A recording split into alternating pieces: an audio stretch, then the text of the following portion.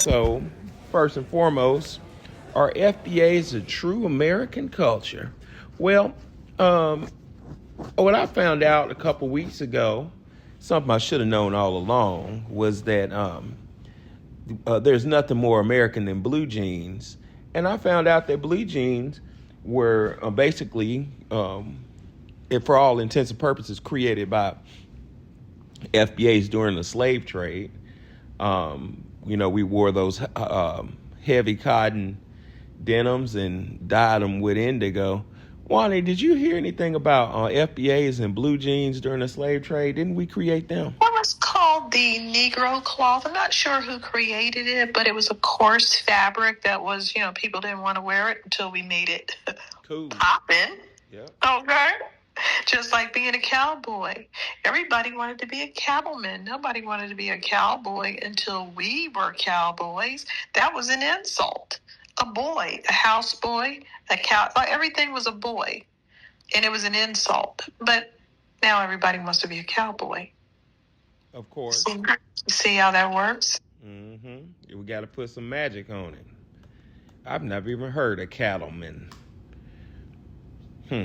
So. Yep. They own the ranches, and once they saw those black cowboys roping and being very athletic with the mundane activities on those ranches, they wanted to emulate that, the swag, the athleticism. Right. So a lot of things about American culture are black in origin. You can boil down true American culture to foundational black Americans at almost every twist and turn. If we even want to talk about computer culture, the culture of being wired into electronic devices, the personal computer was created by a foundational black American. Black American culture is the culture. It's the music. It's the clothing. It's the style of dress. The way we talk. If I hear one more white American say "peace out," or what the white Americans now are saying, "no cap," I can't stand. Have y'all noticed that white Americans are saying "no cap"? Can you find your own words, people? Well, I did say gnarly, so I don't know. Maybe I should just, leave the room. Yeah, when I was a real little boy in the early 90s, I used to say bogus. That's bogus. I think the white boys make the better terms. The girls basically had, oh my God, and they just have been riding on that forever. And I've been saying, oh my God, forever. They need to come up with some new stuff. But the guys, they come up with more insulting slang. But I don't usually adopt most of it. I think some of it is funny, but I don't adopt it. Yeah, there were some really good words, white words in the early 90s. Not Cowabunga, dude. That wasn't one of them. Cowabunga was lame. I like bogus and far out. Far out. Far out? Are you sure? Well, that's hippie-fied. I don't even know where that one came from. There was a really good one. Righteous. That's righteous. I don't know if righteous is hippie-fied too. Not sure the origins. Right. But back to culture. Black culture is so big, ladies and gentlemen, that you can't see it. It's so immersed into everything that you can't narrow it down, and it's been co-opted by so many other cultures that you can't. It's hard to identify with us.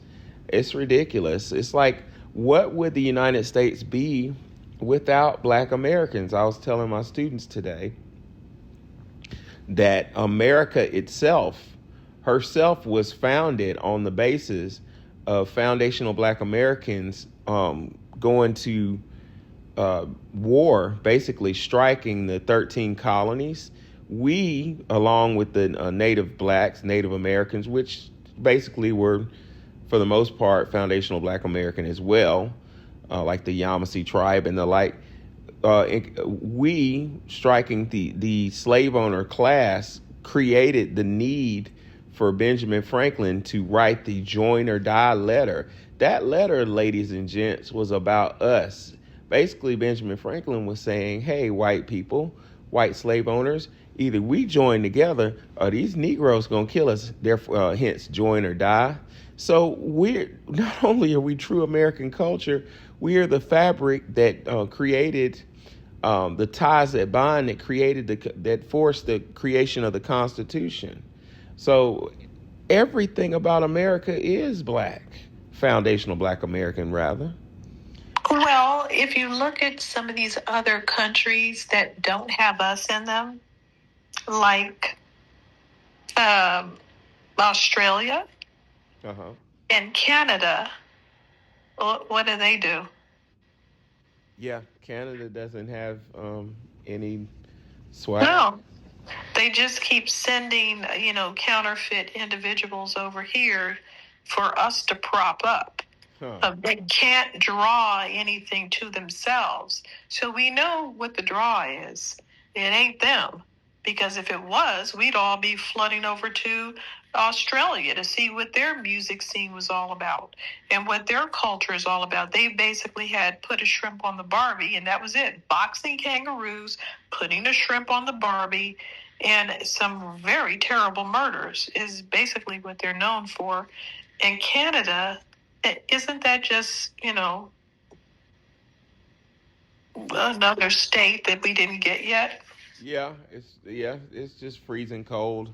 I had an aunt back in the day that had a lake house in Canada, and I remember in the 90s when I was a little boy going up there to play basketball with the white boys up there, and the culture in Canada was just so bland. It was just blah. And again, in the late 90s, my cousins were up there teaching the white boys some moves on the basketball court. So again, we were up there training and teaching them how to have culture. And what is their culture? I can't really put my hand on it. All I know is that they like to say "a." That's not going to cut it, guys. You guys got to do better than that. Very nice, they have a fun accent, kind of, and they say little accents on things it's kind of cute, but it's just not that. Yeah, you're not going to ride in on that. That's not Hall of Fame material. It's not substantive. So, let's go ahead and get to it. The moment you've been waiting for. Let's talk about something that's going to piss everybody off. Here we go. Is a church a front for the occult? Oh, boy. Well, we're going to look at Jordan Maxwell to answer this question. Jordan Maxwell, and feel free to weigh in, Mr. Freedom. Jordan Maxwell says that the word church is misunderstood. He said the word church came from the Scottish word kirk. That's Kirke. And kirk is a Scottish mispronunciation, y'all ready for this, of the god Circe. Wani, have you heard of the god Circe? Yes. Could you tell us about Circe? No. So Circe is a Greek god known for her mastery of magic and potion and her ability to transform humans into animals. So Circe is the daughter of the sun god Helios. Well, basically, Jordan Maxwell said that Circe feeds off of people who present her with offerings. Does that sound familiar? Yes. And she says that Circe is a female god or goddess that has a congregation of people who come into her to help and provide her with offerings so that she can survive. So Jordan Maxwell claimed that we don't even understand what church means. He said that church is actually the worship of a Greek god, which in a way makes sense. Why does it make sense? Because as a person who believes in a creator, I know there's a creator. The Egyptians said the closest thing you can get to divinity is nature. Now, that makes sense to me because nature is part of the creator's creation, and nature doesn't need a building, right? You don't need to go in a building to worship nature. So the whole concept, even as a child, of going inside of four walls to worship a god, it always kind of was strange to me. Dr. John Henry Clarke said in the days of antiquity, the Egyptians would, when the Europeans introduced the concept of church, or as Jordan Maxwell says, kirk, to the Egyptians, and I'm paraphrasing Dr. John Henry Clarke, the Egyptians would say, why would the God that made the moon and the stars and the sun and the universe have to be worshipped inside of a small building? And that's powerful if you think about it. Why are you going inside of a little building to worship the one and only creator, or as Edgar Casey referred to him as a God one, the all force? Why would you go into a small building to do that? So that begs the question, what is this church? What is church really about? Why are you going in the building to worship the creator of the universe? Or who are you worshiping? What are your thoughts, Wani? That is an amazing find. And it is linked to Circe, which y'all. I only associated with Helios and never had any idea that had something to do with the word church. Yep. That is very interesting. That's deep. I think the Scottish mispronounced it, Kirk. They couldn't pronounce Circe. It's a Kirk. And I see why, but yeah. It looks like Kirk. And then it Kirk, according to Jordan Maxwell, turned into church. And then we up here talking about, I need to go to church. So basically, according to Jordan Maxwell, you're going to worship Circe. They always get us this way. But this is what has to be done, because people have been worshiping in certain ways. And they even did this with, what you would call white people, even did that with white people. They know that you're going to worship something. And they did this in South America. So they would see, hey, these Bolivian indigenous individuals are going to go worship something on this hill. And they're bringing in Catholicism, and that's new to these people. So what they do is they just plunk a big church right up on top of where they know they're going to worship, and try to, bum rush them into worshiping in the church. That's basically what they've done. But over there, it's quite interesting, because they'll have inside the church, it'll have big indigenous faces that look like theirs all over the church. They don't have the European face in some of these churches. I didn't look at all the churches, but the one I went in, it had their faces. And then they were doing all kinds of indigenous things in the church, but still feeling that they were doing Catholic things. But they had totems, and they had all kinds of, not totems, what do you call those things? Talisman, all kinds of, bags of herbs and stuff. And I said, what's this bag of herbs hanging from the rear view mirror? And the lady said, that's car insurance. Okay. Like, are you saying like a mojo that protects you? Yeah, I've heard of that in a different context, but that's very interesting. Like you have to.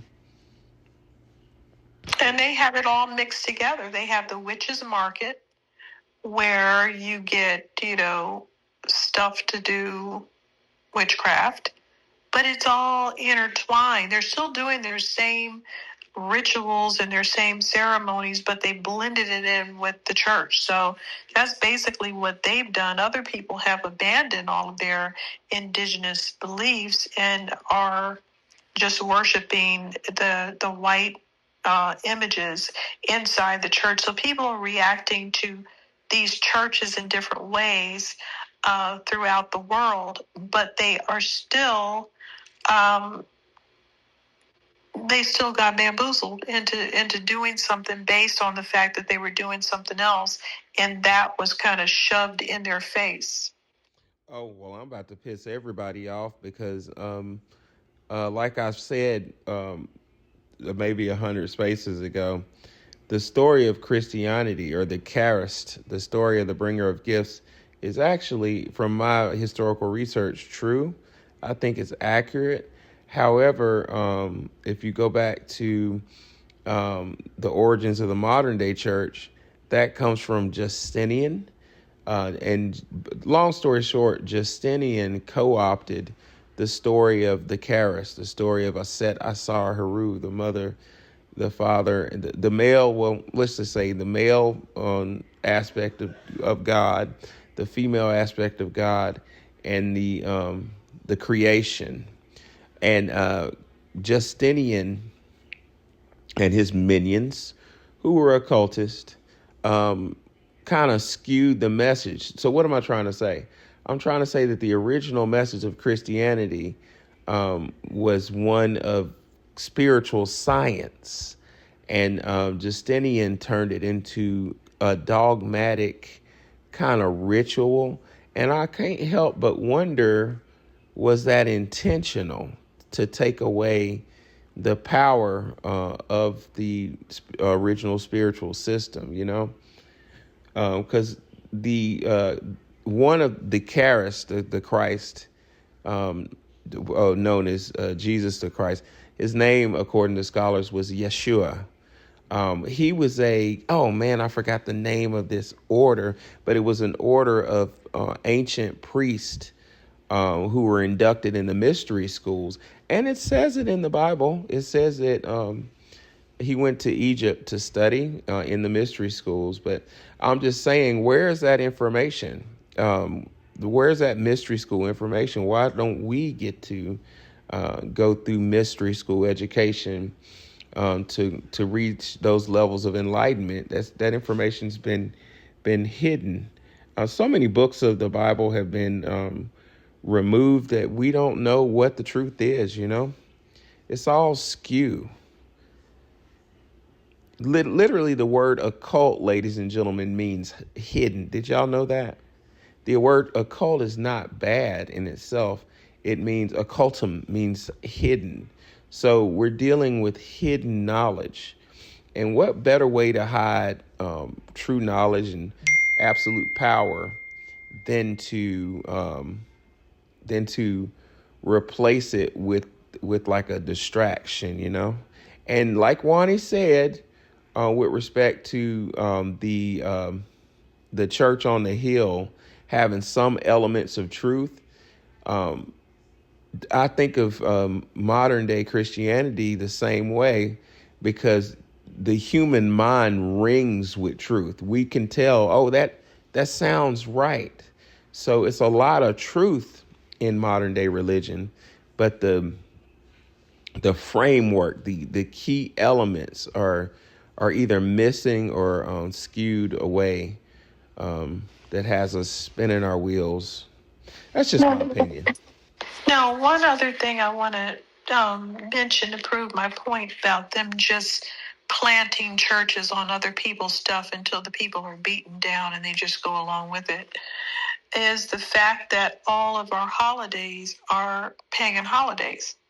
It's basically, they said they're not going to stop celebrating, the 25th, Halloween, any of the spring equinox, winter solstice, they knew that people are going to celebrate these days.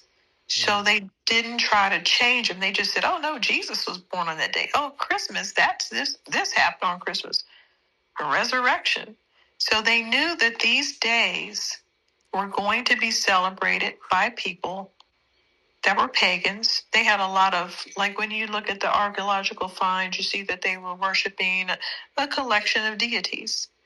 And they did these things even though they were calling themselves Christian. They just said, okay, this Christian thing, we'll just add that into it. And a lot of these people never stopped, and they knew they were never going to stop. So that's why they made all the holidays on the days that they were already celebrating. These were really big, celebrations. They're not going to go, oh, we're not doing that now. No, they're going to do it. And they knew it. So they just made all of the Christian holidays coincide with what they were already doing. That is basically what they've done, and it is really messy, and it's a circle jerk. It's why people don't know what's going on. It's really really something else. Well, Manly P. Hall kind of identified that clearly, and to bring Wani's point home, if you look at Easter, we associate Easter with the resurrection of the Christ, or the Christ. Well, I remember as a child I was a very inquisitive child. I wanted to know everything. I was one of them little boys that said, why? I'll ask my mom, why is the date?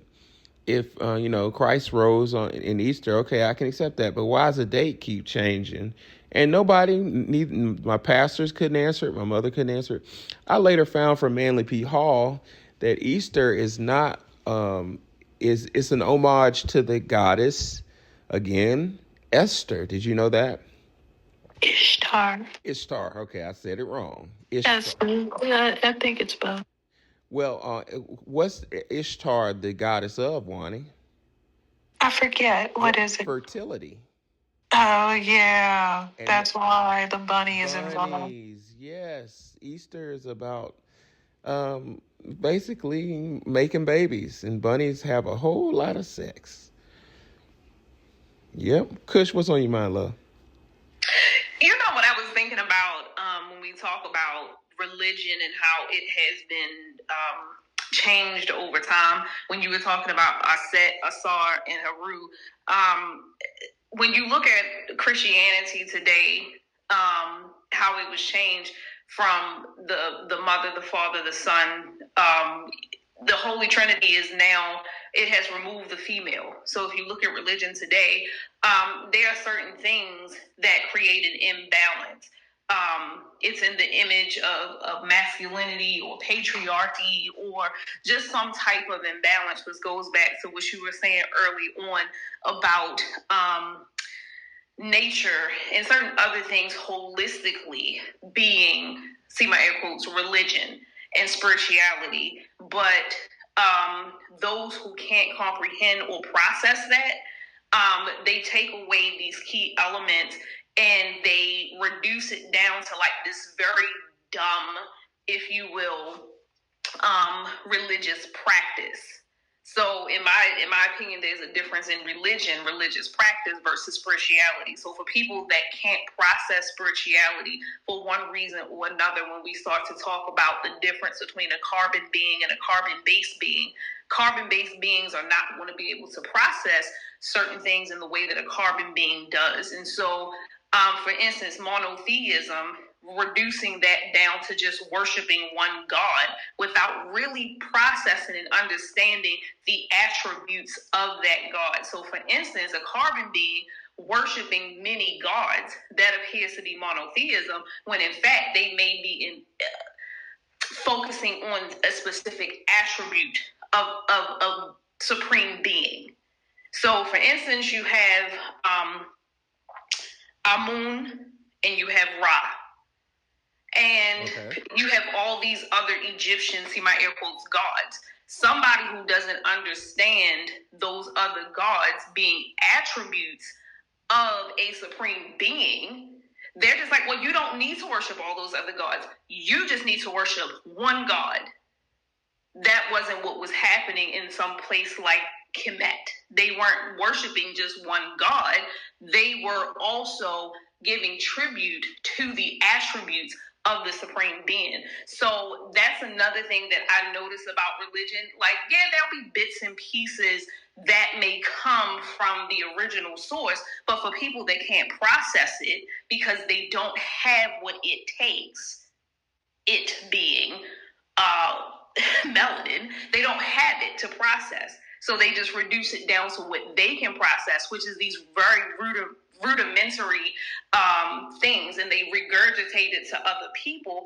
And I look at it as someone trying to eat someone else's vomit, if you will.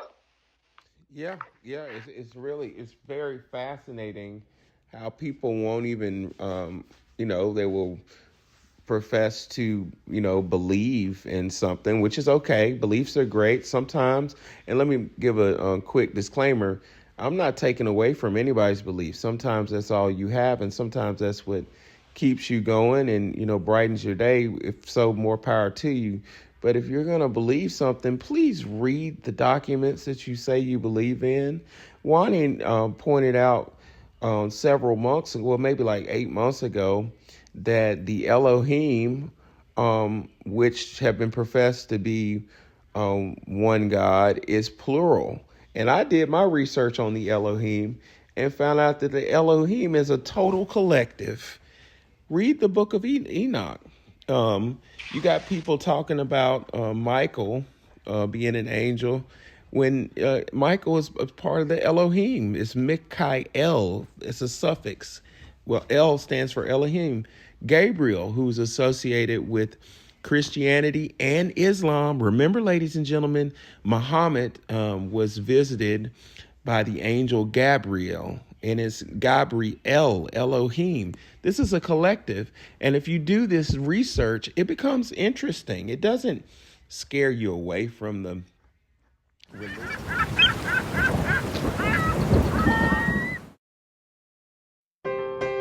Black students, we need to know our history. The black history we're being taught in public schools is repetitive. As a black high school student, I want to learn more about my history in the school books. We need to update our books. As Black American students, we deserve an accurate depiction of what Black history truly is. I want to see myself in these textbooks. In the public school system, Black history is vague. Why don't the school books ever talk about the Freedmen's Bureau? I created the workbook for the African American family. This book helps fill in the gaps that the school books don't. Purchase the workbook for the African American family on OurStoryPublications.com and use the Cash App, $Our Story Publications.